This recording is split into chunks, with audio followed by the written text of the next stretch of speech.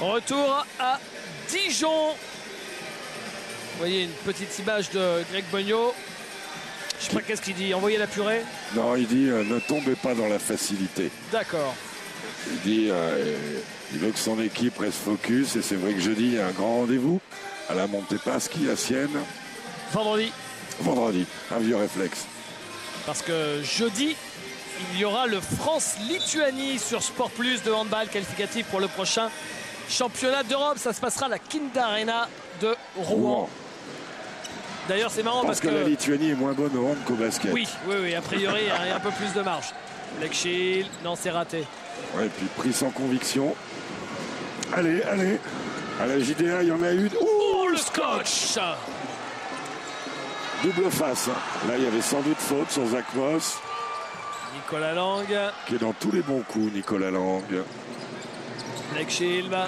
Et donc, l'année dernière, c'est le joueur qui manquait, ça n'était pas Blekchil, mais Ilian Eftimov. D'accord. Nicolas Lang. Faute à 3 points de Tiggs. Ça va me permettre de revenir sur l'histoire de fratrie, parce qu'il y a plein de messages forcément qui m'arrivent. Alors moi, je parlais d'affrontement l'un contre l'autre. Alors évidemment, En National 1, vous avez Diego Vebob et Lucas Vebob en Pro A aussi. Donc évidemment, des amis de la presse écrite. À Monaco, avec Ségalo, avec Jean-Michel Sénégal. D'accord. Donc évidemment, il y a les frères Greer qui sont à Strasbourg. Il y a les frères Cahudi qui sont au Mans. Mais ce ne sont pas des affrontements. Le seul que je valide, et ça nous vient justement, puisqu'on sera à Rouen pour le handball, de l'entraîneur de Rouen, qui nous parle des frères Ateba, de Rouen et d'Henin. J'ai eu le plaisir de faire des séquences avec Fabien Ateba. D'accord. Et alors, au-delà d'être le frère du Donésien, c'est aussi le cousin de qui je l'ai su, ça. Du numéro 88 de Portland. De Nicolas Batum. Ouais. Et ce gamin-là, il en a plein les mains. Ah ouais, après, bonne famille. Il ne faut pas que les petits cochons le mangent. Orléanais d'origine, la famille Ateba. D'accord. Et Fabien était venu avec Nicolas quand... bref, on se voit un peu et il y a du potentiel. Après, il a un entraîneur qui est quand même près du texte, Fabien Ateba, donc on peut faire confiance à cet entraîneur-là pour le mettre sur la bonne voie. Spécial dédicace à un ancien Dijonnais d'ailleurs, Laurent Sierra.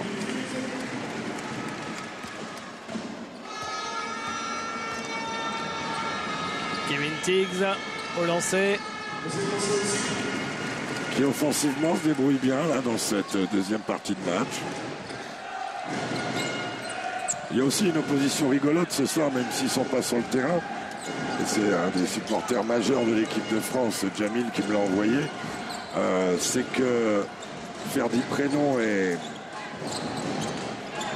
à 3 points. Il peut leur arriver un trou d'air à 3 points. Et ce qui permettrait à la JDA de revenir. C'est que Ferdi Prénom et Jbam ont été dans l'équipe de France de 3-3 cet été. Rebond de Miller à 3 points. Non, Tiggs préfère aller au cercle. Mutuale.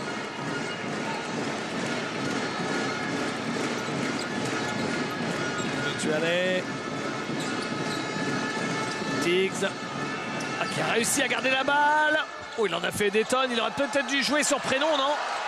Et rebond offensif de Ferdinand Prénom. Une nouvelle possession pour la JDA. Bien vu, David. Il devait donner un caviar à Ferdi.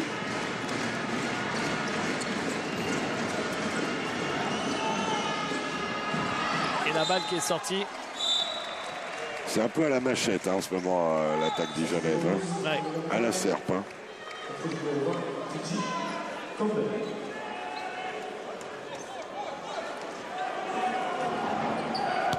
Il rigole moins tout d'un coup, Greg Beugnot. Il sent que ça part un peu en brioche. Dès que le menton part en avant. C'est qu'il y a chafouinage. Ah oui. Campbell, pris. Aboudou. Oh, c'était compliqué. Prénom est là. Il marque en déséquilibre. Ouais, il a des mains exceptionnelles, Ferdi. Il a des mains exceptionnelles. C'est pas le rookie de l'année du club des gros shorts, Ferdinand Prénom, non? Oui, il a sa place. Il est costaud, hein. Qu'est-ce qu'il est large. Ouais. Campbell. Avec toi. Tiggs, Campbell. C'est une équipe. Vous avez raison, sur un malentendu, Dijon peut revenir là. Et en tout cas, Chalon, et faute de Sheldon Williams. Entre guillemets, fait tout pour là en ce moment. Hein. Et les Dijonnais lâchent pas. S'il y avait de l'euphorie qui arrivait, il reviendrait. Alors l'année dernière, il y avait quand même un joueur qui gagnait des matchs comme ça. Le petit Dixon, il était capable de changer un match. Mais Greg prend un temps mort, il stoppe le match. Vous allez chercher les rebonds là. Ouais. Vous êtes là là. Il n'y a personne qui fait ça pour aller chercher. Oh, même les gardes les gars. Vous attendez quoi là? Allez chercher les rebonds défensifs. Ok? Après à l'attaque, il n'y a pas de rythme. Pas de rythme. Là, on commence à réfléchir. Voilà, on veut faire ça, on veut faire ça. C'est pas ça. C'est leur défense qui dicte les trucs. Donc il nous faut travailler les transferts et en fonction de ce qu'ils proposent en défense, on fait ça ou ça les gars. Là, ça y est, on est programmé. Ok? Donc retrouver du rythme sur toutes les situations. D'accord? Et défense. Go, go, go, go, go, let's go, go, go. Allez, let's go. 1, 2, 3.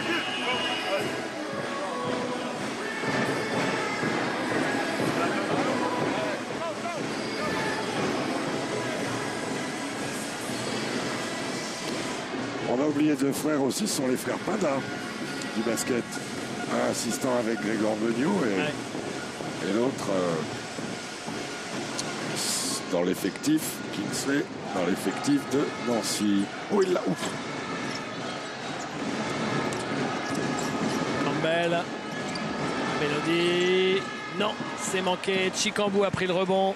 3-15 à 3 points pour la JDA. Ouais. Ça vous plombe des intentions. Bah, ils ont leur pourcentage de la saison, 20%. Nicolas Lang, Sheldon Williams, Blake Shield, Ilya Eftimov à 3 points. Non, Campbell au rebond. Ça fait drôle quand il en manque un, Ilya. C'est vraiment, je trouve, le baromètre de l'équipe de Chalon.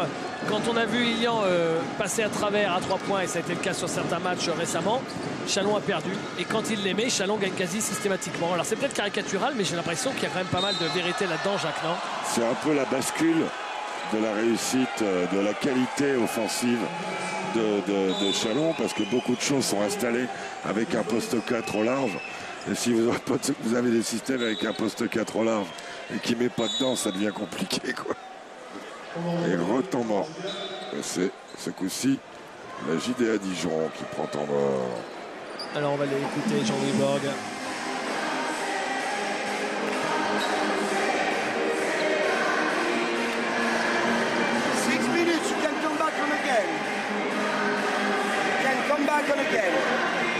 Try another time to play zone press. Take your risk. No? One time, 2 times, if you want to steal the ball, play fast break and take your risk on offense quickly on the 2 last offense. If you win the ball, all right? If you don't win the ball, you play fourth side. Okay? You know your spot? Play here. All right? You don't take the middle place. You take the risk. 1 time. Second time here. 2 zones on the track. Hey, take your risk. All right? After you stay on zone, we depend what you do on pick and roll on defense on zone. All right? Play aggressive. You go opposite. 1, 2, 3.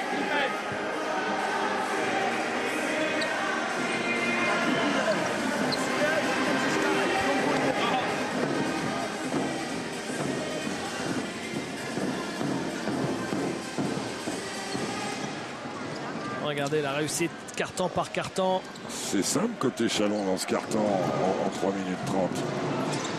Nicolas Lang. Et Dijon qui prend le parti d'une zone presse. Jean-Louis Borg a demandé avec retour en zone. Toujours cette zone avec le pivot très haut. C'était Chicambo qui marque. On ne peut pas défendre en zone 2-1-2 en perdant les défis 1 contre 1 en haut comme ça et en laissant rentrer dans l'axe central. Hein. Ça, c'est impossible. Campbell.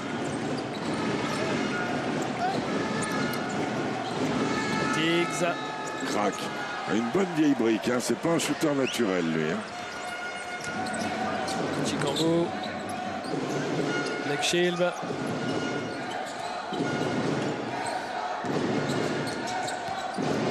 Oh, belle passe.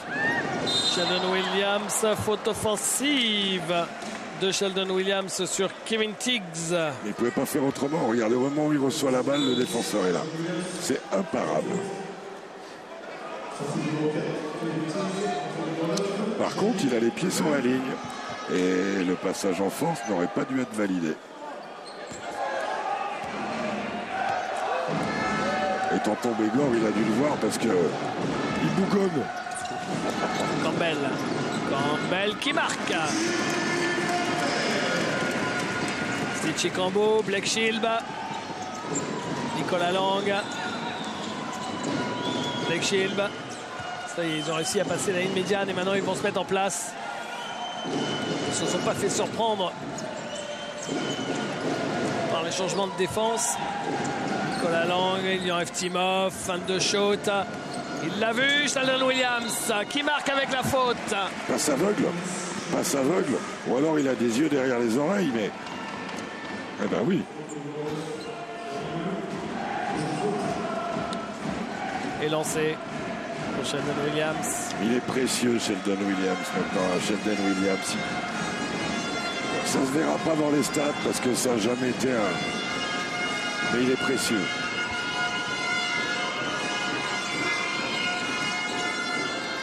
Rebond de Zach Moss avec Jérémy Leloup. On va le rappeler, David, si Chalon gagne ce match, ils rejoignent les équipes de tête. Et 2 points pour Zach Moss. Les équipes de tête qui sont Villeurbanne, Gravelines-Dunkerque, Le Mans, j'ai bien oublié un. Strasbourg. Et Strasbourg. Eftimov. Portée disparue, la zone presse. Portée disparue. Façon le Napoléon dans le port de Marseille. Et d'ailleurs, donc le match de lundi prochain, Strasbourg-Asvel, sera entre deux leaders. Ouais. 2 des leaders du championnat.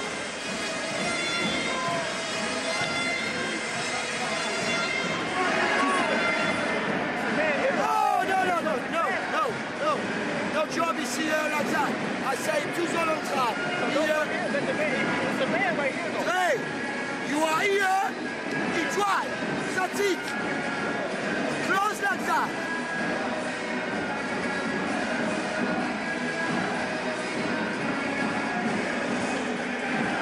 Right? Okay? Next, zero flex. Don't go, next zero flex. You need to win one more. One more. All right? Let's go for it.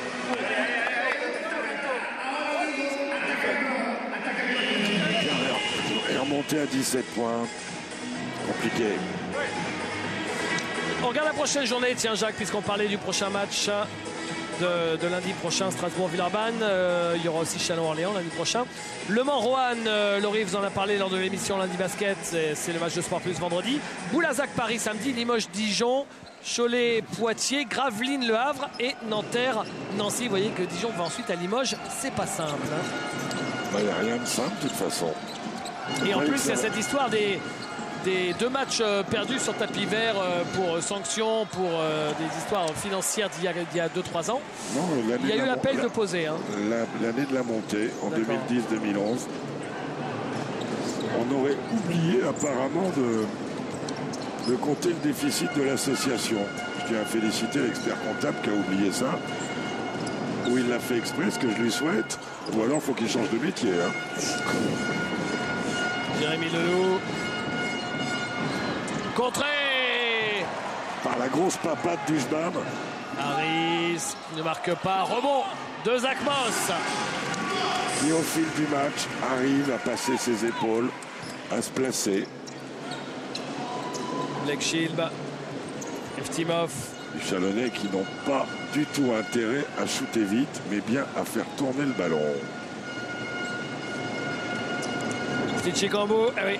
Oh, il pouvait quasiment aller au bout. Il a eu peur de Zach Moss peut-être. Nicolas Lang, ligne de fond. Nicolas Lang est le meilleur marqueur du match avec 16 points, ex-aequo avec Brian Rush. Et un double-double pour Steve Chicambou, hein, quand même. Hein. Ah oui? 10 points, 11 passes, David. Pas de rebond, non? Pour l'escroc, oh, il a bien dû en prendre un ou deux. 4. On va faire un effort. Hein. Et l'info du jour, c'est que Nicolas Lang vient d'égaler son record de points en carrière. Très bien. Avec 16 points. Et on entend les supporters de Châlons qui disent ironique, ici c'est Châlons, évidemment un peu provocateur. Et oui. Il explose son record de points. Alors que Zach Moss est retourné sur le banc. Alors c'est sûr que pour Dijon, qui ne fait pas partie, Jacques, des grosses équipes du championnat, c'était finalement pas le bon jour pour jouer Châlons. Référence bien sûr à l'humiliation à la maison la semaine dernière face au Maccabi Tel Aviv, où forcément derrière, il est évident que... Il y a une explication du code de la route, et ça c'est à mon avis, oui. Pour en avoir un peu parlé avec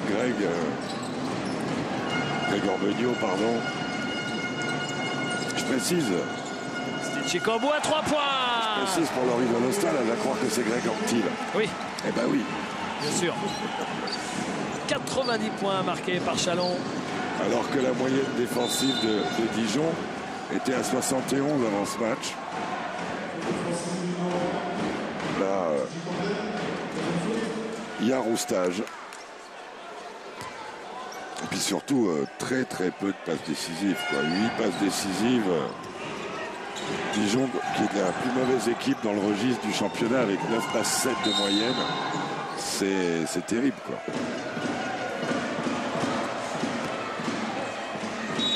On a des candidats français au titre de MVP de la rencontre. Tenez, on va se concerter, David. Regardez un peu les statistiques des Chalonnais et dites-moi, entre Ilian Eftimov, Steve Chicambou et bien sûr Nicolas Lang. Je vous laisse officier, Jacques. C'est votre MVP. De toute façon, je déciderai. Mais je voudrais voir votre avis. Non, je plaisante là. C'est sympa de voir 3 joueurs français s'éclater comme ça, statistiquement. C'est un débat dans le basket français sur l'éventuelle diminution du nombre d'étrangers. L'éventuel, je dis bien. Certains disent qu'il n'y a pas assez de joueurs. Moi, je dis si, il y a des joueurs. Il y a même des joueurs en National 2, peut-être en National 1 à coup sûr, et bien sûr en Pro B, qui peuvent jouer. Contre le Jbam. Il est en mode intimidator. Hein. C'est Chicambou. Blake Shield à 3 points. Non. C'est le seul qui n'en met pas ce soir. De tous les Chalonnais. Et faute. Oh là. Après la faute, il a voulu monter au dunk. Lens Aboudou, regardez. La faute. Ça, c'était pour faire passer la frustration. Hein. Oui, et puis il a des qualités comme ça, Lens. D'ailleurs, il fait partie des joueurs, entre guillemets, nominés. Ils sont une 10-15aine à être scoutés en ce moment pour le concours de dunk du All-Star Game. Et alors, s'il vous plaît, les uns et les autres, là, arrêtons de dire un tel va y aller. Les clubs, je sais que ça fait plaisir, mais bon, il y aura une commission qui se réunira pour ça. Nicolas Lang. Chicambou à 3 points. Non. Il est dans tous les bons coups, Nicolas Lang, aujourd'hui. Dans tous les bons coups. Blake Shield. Blake Shield. On va arriver dans la dernière minute. Ah, la passe, le backdoor pour Steve Chicambou, la petite passe à terre. Alors que Clint Capella et Jordan Oboudou vont remplacer Jbam et Blake Shield. Blake Shield en demi-teinte, David. 5 rebonds, 3 passes, 3 pertes de balles, 2 interceptions et 2 sur 7 au shoot. 5 joueurs à 10 points et plus pour Châlons. Hein. Ça récompense le coaching qu'a fait Greg. Ouais. Moutualé, ballon perdu et faute derrière. Alors qu'il avait perdu cette balle.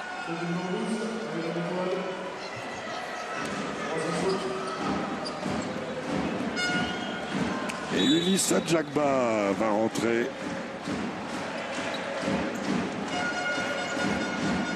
Sistine met ses 2 lancers. Sur le deuxième, il sera remplacé, David. Et il y en a 22 au plan shot, hein, quand même. Hein.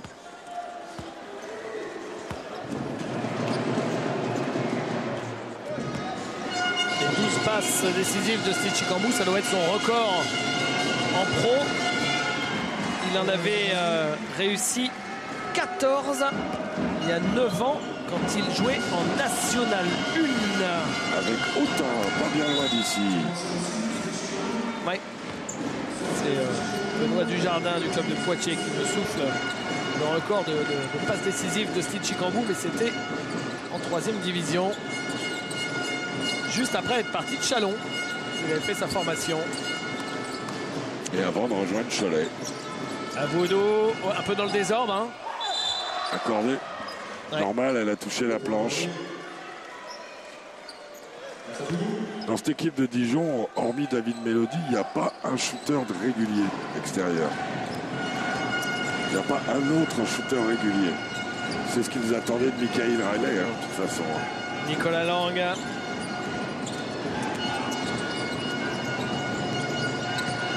Aboudou, Adjagba pour Nicolas Lang qui marque à 3 points. Waouh, waouh, waouh. Quel match de Nicolas, 21 points, 7 sur 11, donc 4 sur 6 à 3 points. Et je crois qu'il avait raté le premier, de mémoire. Vous cumulez Nicolas Lang et Lyon Eftimov, vous avez un joli 8 sur 13 à 3 points. Et c'est terminé sur ce score lourd pour Dijon, battu à domicile par son voisin et rival chalonnais, 95 à 70, plus 25 au final. Pour la 7e fois consécutive, Chalon s'impose face à Dijon.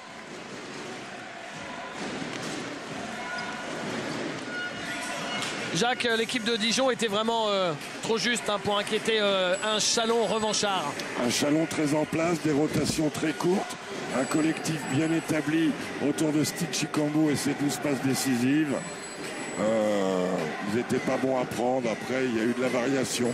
Le seul petit bémol qu'on mettra, c'est que Blake Shield n'a pas retrouvé une confiance absolue avant le match de vendredi face à la Montepaschi-Sienne. En tout cas, belle perf collective, vous l'avez souligné, 5 joueurs à 10 points et plus. Belle perf collective des Chalonnais qui rejoignent la première place du classement. On va retrouver Laurie au bord du parquet. Ouais, une réaction dijonnaise, celle de David Moldy. On se disait que c'était pas le bon jour pour les prendre, Chalon, parce qu'après leur déception européenne, ils avaient à cœur de se rattraper. Ouais, il y a de ça. Et puis on leur a laissé trop de choses faciles. Ils ont eu énormément d'adresses ce soir parce qu'on a été dur sur certaines choses, mais sur les 2e, 3e rotations, on n'a pas été présent. Ce qui fait que voilà, ils ont fait une petite séance de shoot. On savait que ça allait être dur, peut-être pas autant. On a fait illusion sur le premier quart-temps.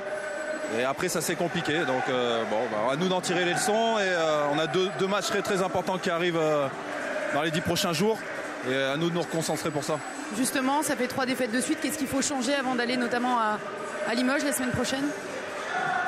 L'état d'esprit déjà, hein, parce que quand on se revendique équipe défensive et qu'on encaisse 95 points à la maison, je crois qu'il y a quelque chose qui ne va pas.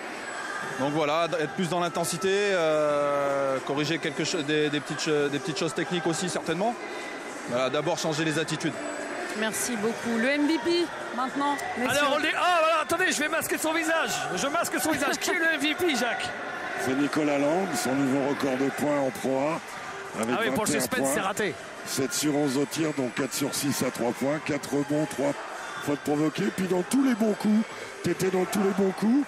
Greg a fait des rotations courtes. Vous vous êtes bien senti. 5 joueurs à plus de 10 points. Et toi en figure de proue, c'était bien. Ouais, c'est clair, je me suis tout de suite bien senti dans le match. Je suis rentré assez tôt dans le match.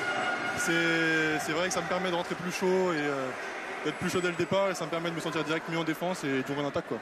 C'est la houppette que tu t'es fait là, qui a fait cet effet bœuf.